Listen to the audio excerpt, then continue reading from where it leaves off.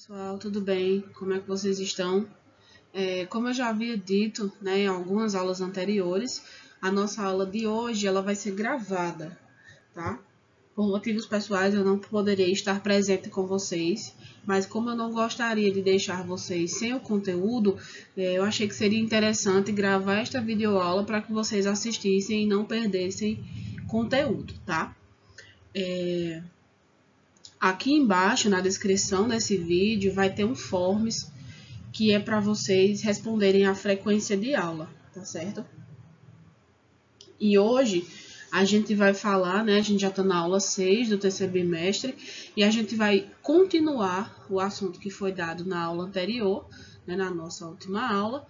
E a gente vai falar sobre infecções sexualmente transmissíveis, lá da página 97, e vamos dar continuidade ao tema de o ciclo menstrual e a fecundação, tá? Na página 122.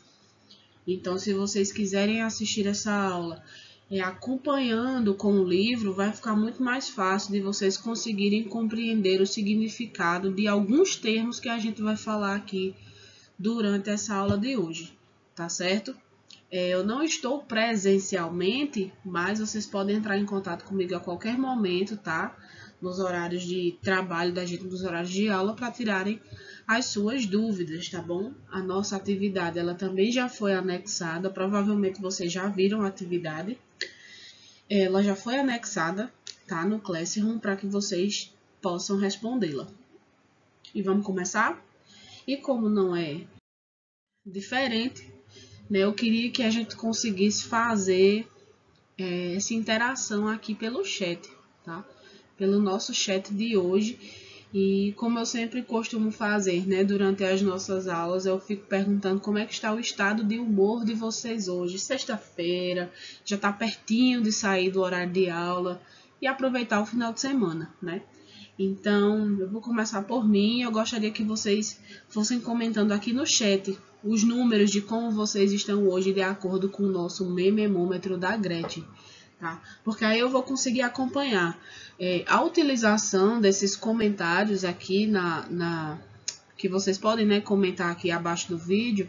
Eu vou analisar como participação em aula, tá? Durante esse vídeo eu vou fazer algumas perguntas e seria interessante que vocês respondessem pelos comentários, tá? Porque aí eu vou ver quem estava prestando atenção no vídeo, quem não estava prestando atenção, quem conseguiu responder a questão que eu perguntei, e dessa forma eu vou poder também atribuir alguns pontos extras a vocês, como eu sempre faço de costume nas nossas aulas, tá certo?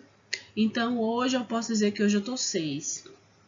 Eu espero que vocês também estejam de bom humor hoje. Vamos dar início? Então, né? Continuando a aula anterior, a gente já falou de algumas infecções, né? Agora a gente vai falar de diversas infecções que são causadas por bactérias, vírus e outros agentes patogênicos que também podem ser transmitidas pelo contato sexual, tá?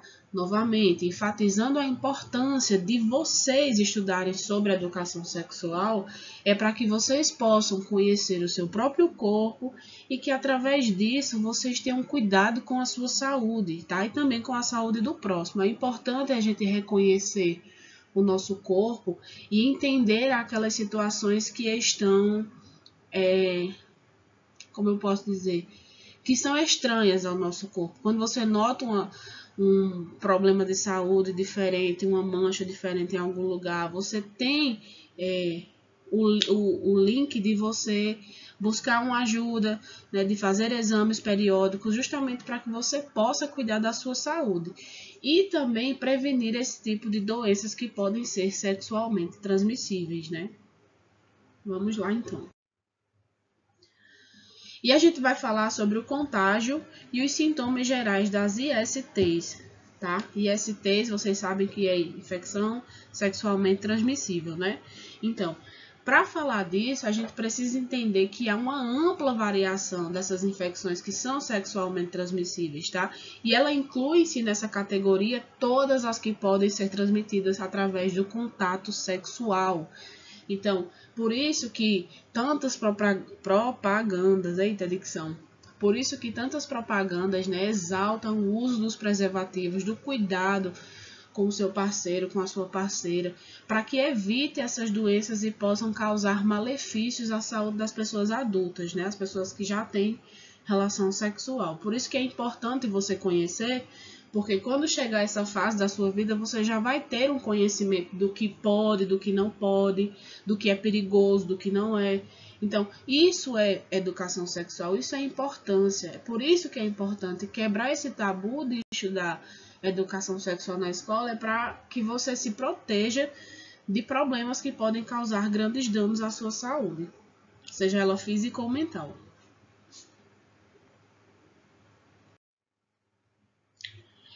E continuando a falar sobre o contágio, né, esse contágio ele pode se dar pela troca de secreções, né, durante o ato sexual, que envolve não somente, né, a penetração, mas também outros momentos nos quais ocorre o contato físico entre os parceiros, né? Muita gente aí, existem vários tipos de doenças doenças e infecções que podem ser transmitidas fora apenas da penetração, mas com contato físico entre os parceiros que a gente muitas vezes desconhece, né? E acaba sendo infectado por falta de conhecimento. Tomar aquela aguinha.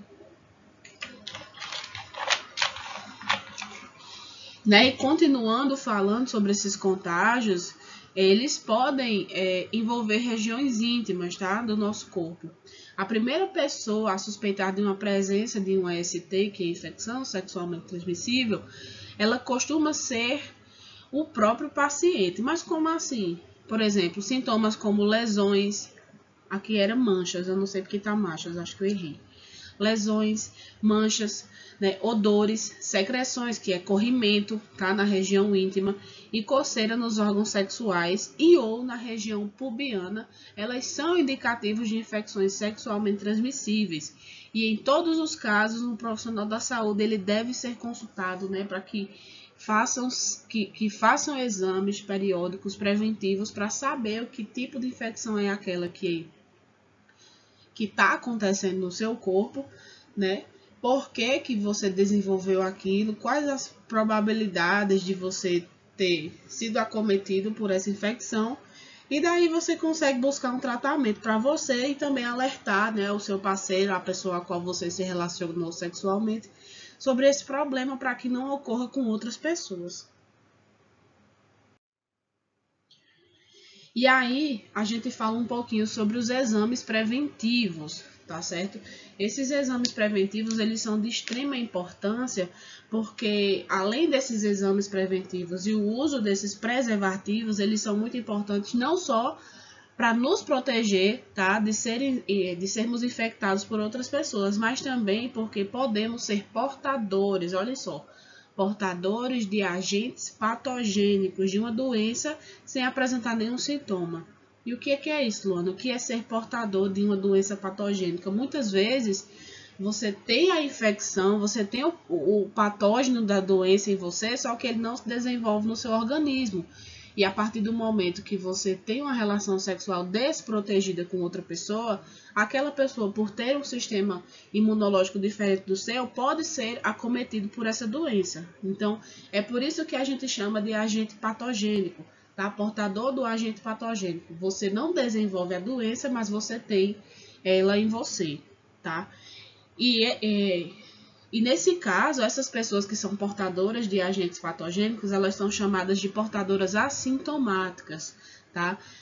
O que quer dizer assintomática? A gente ouviu muito isso, né? A gente ouviu muito esse termo durante aí a pandemia, né? De pessoas que foram acometidas pelo Covid, mas não sentiram nada, né? São pacientes assintomáticos. Então, esses portadores de agentes patogênicos, né, dessas ISTs, elas também são chamadas de portadores assintomáticos, correndo o risco de transmitir um IST pelo fato de não saber que tem, né, de não buscar fazer exames periódicos e não se cuidar e acaba transmitindo para outras pessoas. E durante essa transmissão pode ocasionar doenças graves, aí, infecções graves para os seus parceiros ou parceiras. E aqui eu trouxe um exemplo para vocês vários exemplos de STs que são causadas por outros agentes patogênicos, tá? E aqui, ó, tem algumas imagens, eu vou até desligar minha câmera para que vocês possam observar melhor. Ó, nessa imagem aí, você conhece um agente patogênico chamado pediculose pubiana, tá? E ele é causado por esse inseto, é o Pteris pubis, popularmente conhecido como chato, que se instala entre os pelos pubianos, tá? E a proliferação desse animal provoca coceira e pequeno sangramento nas regiões íntimas. Que complicado, né? Aqui também, ó, a gente tem outro exemplo, tá? De infecções sexualmente transmissíveis causadas por outros tipos de agentes patogênicos. Olha essa daqui é bem conhecida também, que é a tricomaníase, tá? E ela é causada pelo protozoário Trichomonas vaginalis, que leva à produção de um corrimento pela vagina, no caso da mulher, e pela uretra nos homens. Em ambos os casos, causa ardência, porém, é comum que os homens sejam portadores assintomáticos, ou seja, que não manifestem os sintomas, embora apresentem o agente causador.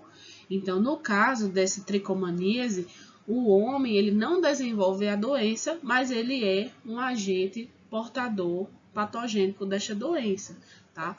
Então, ele pode acabar transmitindo para qualquer outra pessoa com qual ele se relacionar sexualmente, tá? E essa doença ela é muito mais comum,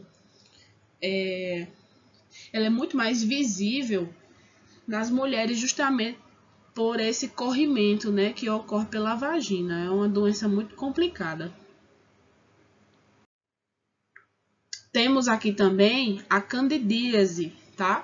A candidíase é uma das mais comuns na mulher e ela não é causada apenas por agentes patogênicos. Alguns medicamentos sendo utilizados de forma incorreta, inadequada, também causa esse tipo de problema, tá? E aqui a gente pode ver que ela é provocada por fungos do gênero Candida, tá? Há várias formas da doença, entre elas oral, que é conhecida como sapinho, né? Que é a que ocorre na boca, e a ocular, e nem todas são sexualmente transmissíveis, que foi aquela que eu acabei de dizer. Ela acomete a pele, causando dor, irritação e vermelhidão, e pode levar à produção de secreções. Nessa imagem aqui, que vocês estão vendo, ó, deixa eu usar a canetinha mágica. Como vocês podem ver, né, aqui é o sistema genital feminino, e nessa partezinha branca aqui, ó, que tá aqui dentro da vagina da mulher, é a Candida albicans, tá? É essa secreçãozinha que é expelida no canal da mulher e causa essa irritação, essa vermelhidão, e é justamente essa produção de secreções que está sendo dito. E aqui a gente entra agora, né, no ciclo menstrual e a fecundação, né, no tema 7. A gente falou desses agentes causadores, né, de infecções patogênicas. A gente já entendeu sobre os 3 tipos de agentes patogênicos que foi dito na aula anterior e que foi dado a continuação dele nessa aula agora. E nesse momento a gente vai falar sobre o ciclo menstrual e a fecundação, tá certo? A gente tem até uma brincadeira nossa, da nossa turma, né, dos meninos darem chocolate às meninas durante o seu período menstrual, porque a qual o corpo ele passa por mudanças, né, no seu estado físico, no seu humor também, ele oscila bastante em alguns casos. E assim é uma brincadeira, mas que vale a pena vocês conhecerem melhor, né, como é que ocorre esse ciclo menstrual, como é que funciona no corpo da mulher e como é que ocorre também a fecundação. E a gente pode ler, né, se vocês estiverem acompanhando no livro, a partir da página 122, que o ciclo menstrual ele ocorre em 2 processos importantes, tá? a maturação do ovócito e o espessamento do revestimento das paredes uterinas. É assim que o ciclo menstrual ocorre. Como vocês já viram em uma das aulas anteriores, que a gente falou, né, sobre a estrutura do útero, a morfologia, né, do sistema genital feminino. Então, esse assunto aqui acaba não sendo tão desconhecido para vocês. Deixa eu me desligar aqui novamente para que vocês possam ver a imagem. Aqui vocês podem observar o ciclo menstrual, tá? Ocorre a maturação do ovócito e a preparação do útero para receber um possível embrião. Um ciclo menstrual de 28 dias compreende algumas etapas que veremos nesta aula. Essa imagem aqui, gente, mostra bem direitinho como é que ocorre o ciclo menstrual, tá? E toda a preparação que o útero passa para ocorrer, né? Se ocorrer uma possível fecundação, né? A formação de um embrião. Então, as meninas dessa turma que já menstruam provavelmente devem conhecer melhor, saber melhor sobre esse tipo de conteúdo. Algumas relataram, inclusive, em aula, que tem um aplicativo, né, que ajuda nessa organização e conhecimento do seu ciclo menstrual. É muito importante você ter esse conhecimento do seu ciclo menstrual. E aqui é um ciclo de 28 dias, né? Um exemplo de ciclo de 28 dias, mas isso varia muito do corpo de mulher para mulher, é muito variável. Isso aqui é porque é o mais comum, né? É o mais generalizado. Mas as etapas do ciclo, independente da quantidade de dias, é igual, tá certo? E vocês podem ver aqui, nesse ciclo menstrual, né, que durante a primeira metade do ciclo, o ovócito de um dos ovários inicia o processo de amadurecimento e ocorre o espessamento do revestimento da parede do útero, que se prepara para receber um embrião. Então, todo mês, um dos nossos ovócitos, né, os nossos ovários, um deles, ele inicia o processo de amadurecimento e ocorre o espessamento do revestimento da parede do útero, tá? Em alguns casos, algumas meninas, elas conseguem saber qual é o ovário que está ocorrendo, que iniciou esse processo de amadurecimento, né?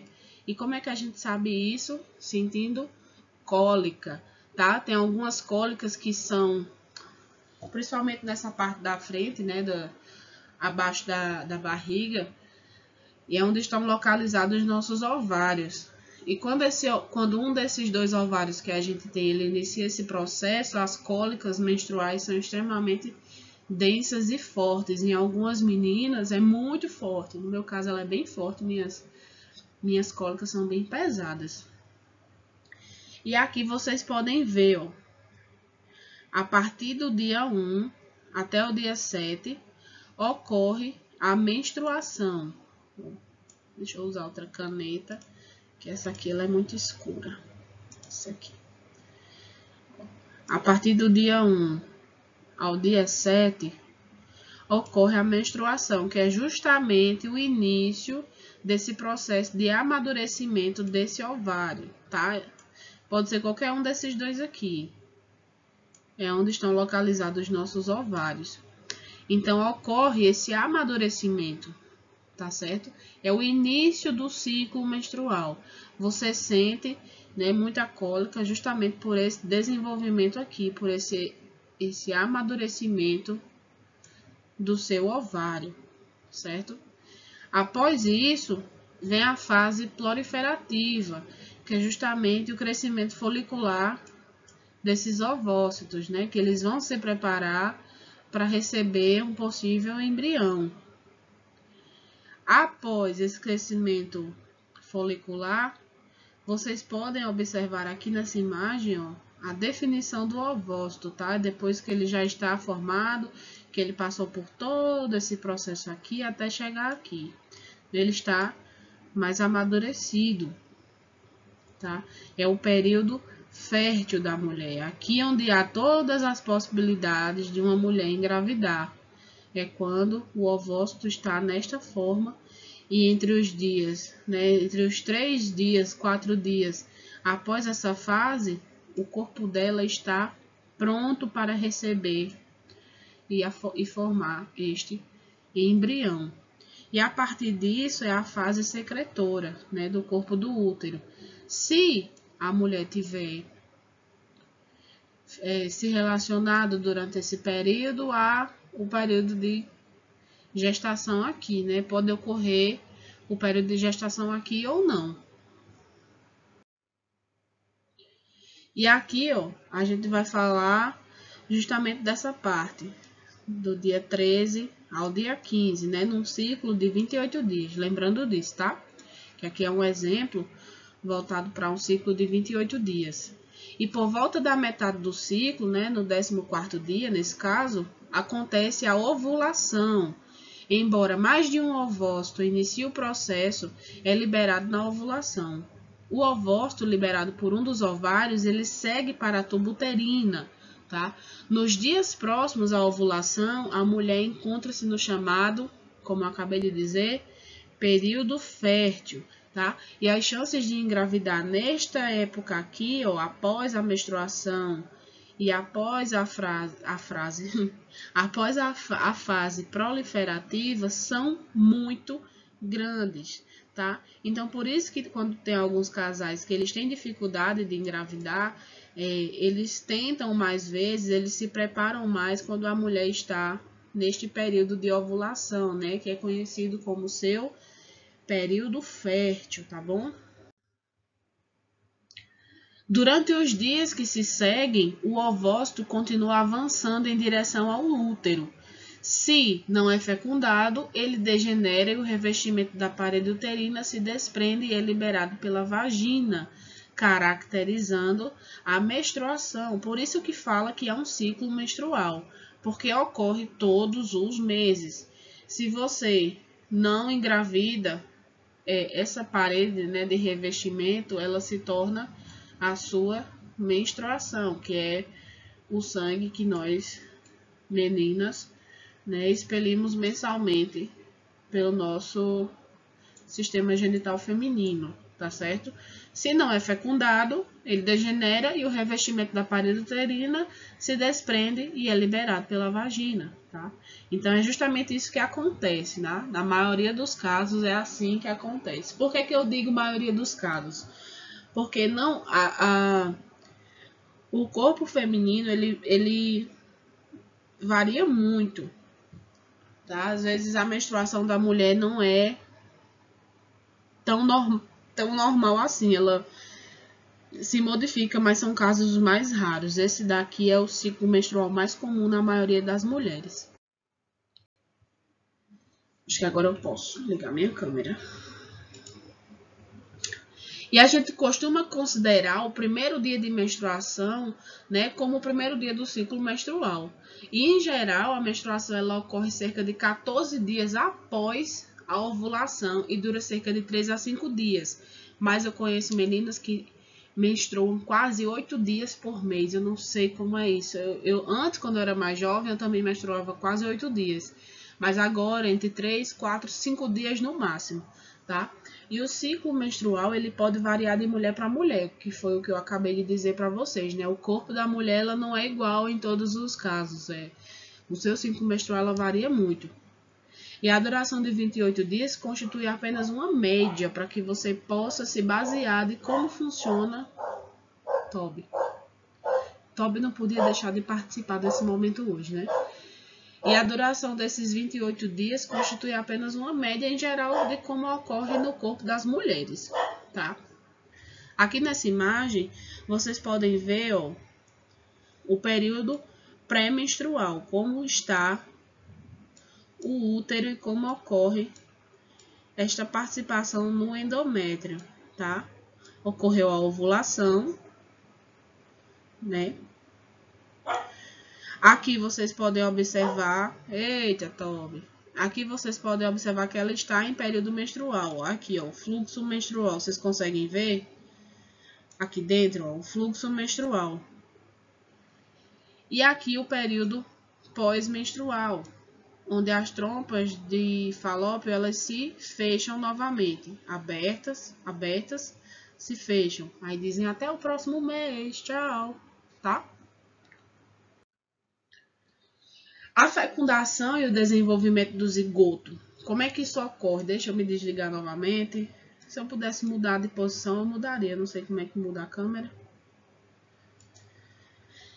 Aqui vocês podem ver, né, ter conhecimento sobre a fecundação e o desenvolvimento do zigoto, tá?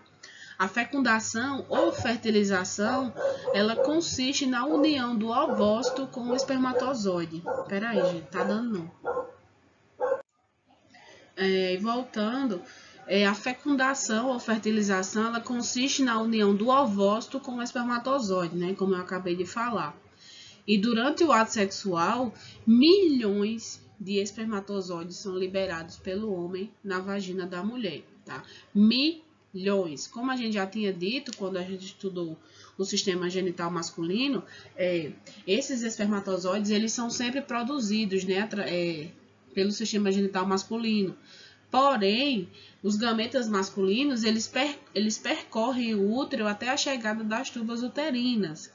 Nesse percurso, a maioria desses espermatozoides, eles morrem, tá? Justamente por não terem resistência ou força suficiente para chegar ao seu destino final. E apenas alguns eles conseguem chegar até o ovócito, tá? E em geral, somente um deles penetra no gameta feminino.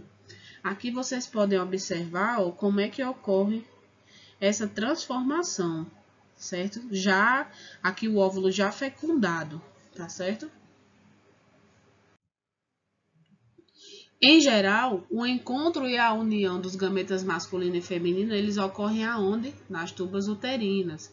Lembra, eu vou tentar fazer aqui um desenho de um ovário para vocês. Muito arte, né? Não riam do meu desenho. Eu sou maravilhoso desenhando.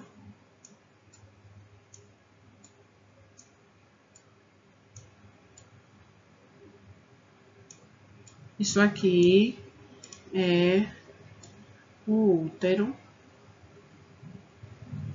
Deixa eu tentar fazer aqui bem bonito para vocês. E aqui dentro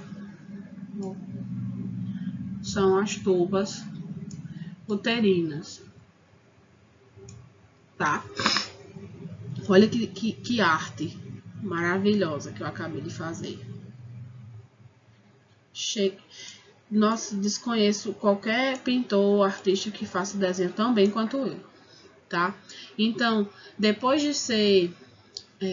haver, né, essa junção, essa união dos gametas masculino e feminino que ocorrem aqui nas tubas uterinas, né, e depois de ser fecundado por um espermatozoide, o ovócito ele passa por algumas alterações, que é justamente essas aqui, ó. Essas alterações que ele passa. Eu adoro riscar essas coisas, acho mó legal. E dessa forma ele se torna o óvulo, né? Depois de passar por todas essas alterações, ele se torna o óvulo e produz compostos que impedem a entrada de outros espermatozoides, né? Afinal, ele já foi fecundado. E o ovócito, ele é liberado do ovário aproximadamente na metade do ciclo. Como os espermatozoides podem sobreviver de 3 a 4 dias dentro do corpo da mulher, né, após a relação, a fertilização ela pode ocorrer decorrente de uma relação ocorrida 4 dias depois ou antes da ovulação, tá? Então, por isso que os médicos eles não sabem dizer exatamente quando ocorre a gravidez, em que dia você engravidou, porque às vezes a relação sexual foi num dia, mas o espermatozoide, por sobreviver mais tempo, né, dentro do corpo da mulher, pode acabar ter sido fertilizado em outro dia, né, de 3 a 4 dias de sobrevivência no corpo feminino. Então, por isso que dessa forma pode haver essa diferenciação entre datas, né? E a união do zigoto, né, aqui a imagem do zigoto, que linda. Tá certo que é uma representação, né? Mas aqui é bom que vocês podem ver bem direitinho. A união, né, do núcleo do óvulo com o núcleo do espermatozoide promove a formação do zigoto, que é justamente essa união aqui que vocês estão vendo, tá? Que contém o material genético das duas células que a formaram. Qual é o material genético? Masculino e feminino, tá? O óvulo e o espermatozoide. O ovócito e o espermatozoide, tá? Acho que agora dá.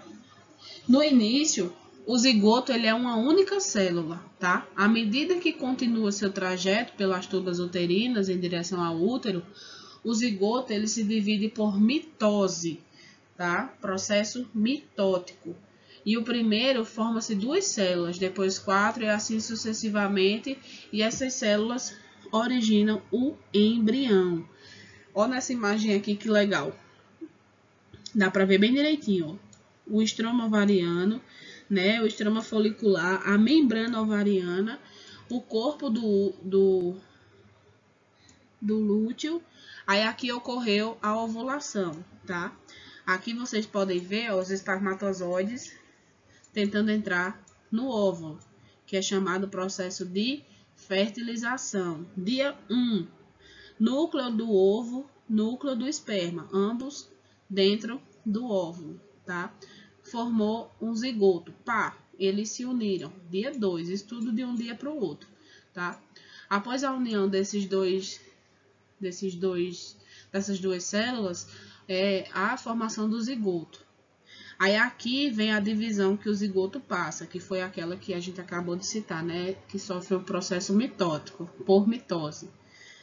Ó, aqui é o estágio, que é dividido em duas células, depois dividido em 4 células, tá? E aqui divide-se em 8 células.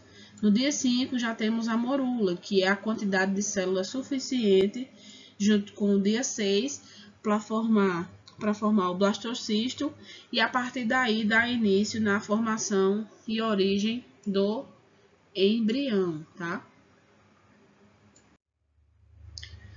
Olha que legal essa imagem. Por volta de 7 dias após a fecundação, tá? Depois de todo aquele processo que a gente viu, o embrião ele chega ao útero. Aqui, ó, tá vendo como ocorre todo o processo, espermatozoide, zigoto, a divisão do zigoto, pá, o embrião chegou no útero, tá? Ele se implanta nessa parede uterina aqui, ó. Isso aqui chama parede uterina, tá? E esse processo de implantação do embrião na parede uterina é chamada de nidação. É por isso que tem esse nome aqui, ó, nidação. Quando você ouvir falar em nidação, você vai entender que está se referindo ao processo de implantação do embrião na parede uterina, tá certo? E aqui a gente entra no quesito de menstruação e bem-estar feminino, tá? E esse assunto ele não é importante apenas no mundo feminino, é importante que os rapazes eles também compreendam sobre o bem-estar feminino e sobre a menstruação, para que não hajam comentários machistas, inadequados, né? Que é muito coisa de gente mal educada, que não tem educação, que não entende o corpo do outro e acaba falando bobagem. Aqui a gente tem algumas imagens que retratam, né, mensalmente como é a vida de uma mulher. Né? A gente tem aqui, eu esqueci o nome desse coletor menstrual, acabei de lembrar, tá? Temos aqui tipos de absorventes, temos absorventes íntimos e absorventes que são os mais comuns, aquela agenda que você sabe o tempo que você vai menstruar, que você não vai, tá? Aqui, ó, tá representando em forma de costura justamente esse período em que está sendo trocado esse revestimento da parede uterina, tá? Que é justamente o que causa a menstruação. E a menstruação, né, voltando novamente para o bem-estar feminino, que marca justamente uma das marcas da puberdade feminina, né? A ocorrência da primeira menstruação, que é chamada de menarca, tá? A primeira menstruação feminina é chamada de menarca. Ela se caracteriza pelo sangramento por meio do canal vaginal, né? E acontece durante alguns dias do mês, aproximadamente. Como eu falei, tem de 3 a 5 dias, mas eu conheço casos que vai até além disso. E durante esse período são utilizados absorventes para conter o fluxo menstrual, tá? Os mais comuns são os externos, tá? Que esses aqui da imagem, que são peças de algodão e de revestimento plástico, né? Colocadas na calcinha. E tem também os internos, que são esses aqui, ó. São bastão material de absorvente, com material absorvente, né? Que deve ser posicionado no canal vaginal. Mas o mais comum mesmo, assim, é esse daqui. Inclusive, na escola, antes da paralisação, a gente estava fazendo campanhas para sempre manter, né, no banheiro feminino, absorvente íntimo, porque a gente às vezes não sabe quando menstrua e acaba sujando a roupa, ou tem medo de vazar, né, de ter o vazamento. Então, manter um banheiro feminino com absorvente é um ato bem solidário e também bem importante. Os absorventes, eles devem ser trocados várias vezes por dia para manter a higiene pessoal, tá? Como você sabe, é sangue que está saindo do seu organismo e aquilo acaba, de acordo com o passar da hora do dia, da temperatura do dia, vai deixar um mau cheiro, vai deixar um odor. Então, para manter sua higiene, né, é importante que você troque várias vezes por dia. Ainda há outras opções não descartáveis, né, como os coletores menstruais, que é justamente esse da imagem, tá? Ele é reutilizável. Então, quando a gente fala desses coletores, né, que é feito em um material plástico de silicone em formato de copo, né, que duram alguns anos. Algumas mulheres se adaptaram a ele, outras não. E o melhor tipo de absorvente, ele varia de acordo com as características físicas da mulher e o seu momento da vida. Às vezes você prefere esse tipo de absorvente. Nesse aqui é o sem abas, mas tem mulher que prefere com abas, porque deixa mais preso. Tem mulher que prefere o absorvente interno, o bastão, né? Já outras se sentem desconfortáveis com o bastão e preferem um coletor menstrual. Varia de acordo com a necessidade física da mulher, né? A menstruação, gente, ela é um fenômeno natural do organismo feminino, tá? Para muitas adolescentes e muitas mulheres adultas, no entanto, ela pode vir acompanhada de alguns sintomas desconfortáveis, que são aquelas malditas cólicas, tá? Que são as dores abdominais, dor de cabeça, inchaço, ansiedade, tristeza, entre outros, ou seja, o humor oscila totalmente. Dessa forma, é muito importante o acompanhamento do médico, né, que é o ginecologista, que vai indicar maneiras de melhorar ou evitar estes sintomas. Além disso, o profissional ele pode avaliar a sua saúde se há algum problema físico ou hormonal que pode trazer prejuízos à saúde, tá certo? Essa foi a nossa aula de hoje. Eu espero que vocês tenham conseguido absorver o conteúdo da melhor maneira possível.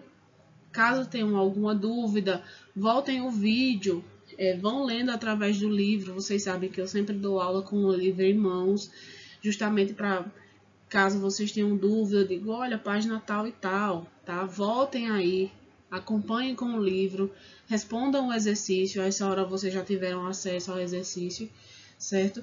Qualquer dúvida, não deixem de entrar em contato comigo. Esse momento nosso aqui é sempre muito importante para a evolução do aprendizado de vocês, tá? Eu sempre tento fazer a aula da maneira mais didática e clara possível para que vocês consigam compreender todo o conteúdo. Não esqueçam de assinar o Forms que vai estar aqui embaixo, certo? É muito importante que você assine o Forms e que você também deixe seus comentários sobre a nossa aula, né, sobre o vídeo aqui também abaixo, para que eu possa observar quem assistiu, quem não assistiu, até para uma forma de avaliar a presença de vocês na aula, certo? Então, meu muito obrigada pela presença de vocês e até mais.